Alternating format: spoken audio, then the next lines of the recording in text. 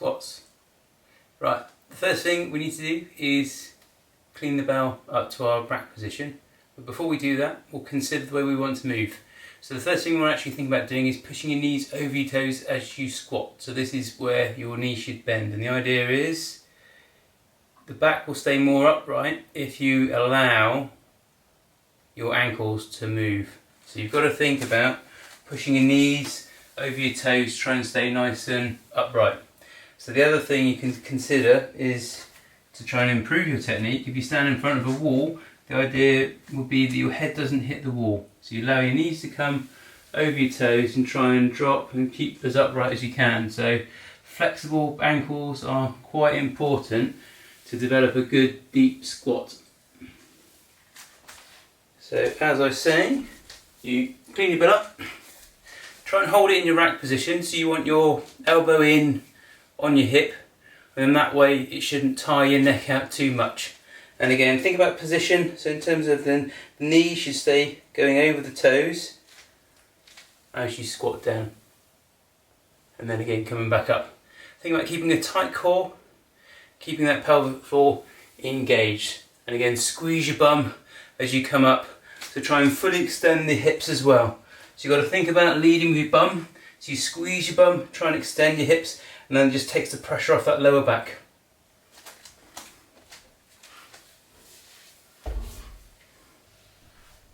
Right, so let's clean the bell up to our rack position. So remember, with your rack, you want to try and keep your elbow in as close to your body as you can, and try and keep your hand inside your armpit if possible.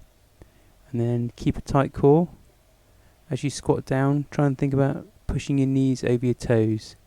So if you push your knees over your toes, it means that your shins will move and then your back will stay more upright.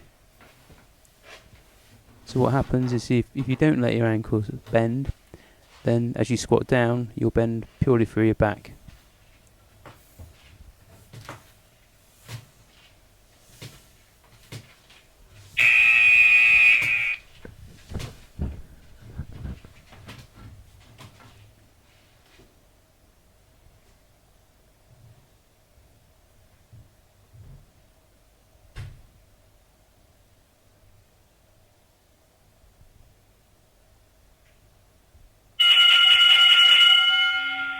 So again, other watch points, try and make sure that your feet are pointing straight ahead, or as close to straight ahead. They can be turned out a little bit, but make sure you're not too duck-footed. If your feet are really turned out, then often the arches can collapse.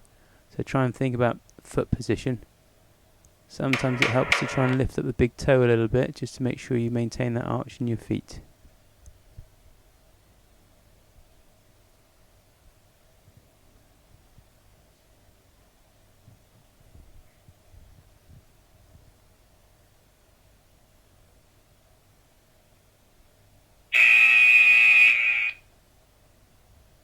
Right, so the next watch point, I want you to think about where your squat's coming from and in terms of what muscles you're using. So obviously you're going to use your quads, but you should also be using your glutes as well.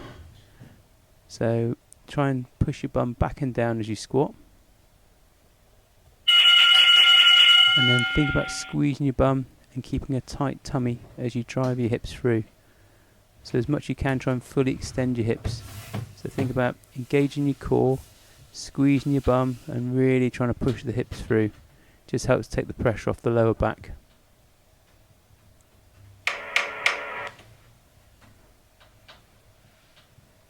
And it's a good idea in terms of thinking about your breath to have a big breath in at the top. Try and hold a bit of tension and just let the air out slowly as you come up.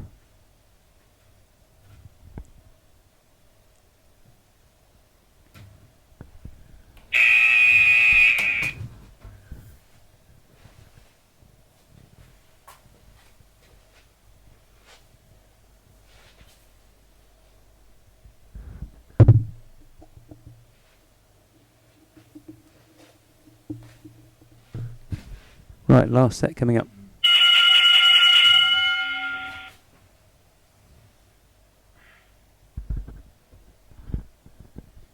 And again, try and think about all those points. So feet facing forwards, let your knees bend, push your knees over your toes as you squat down. Try and keep the knees tracking in line.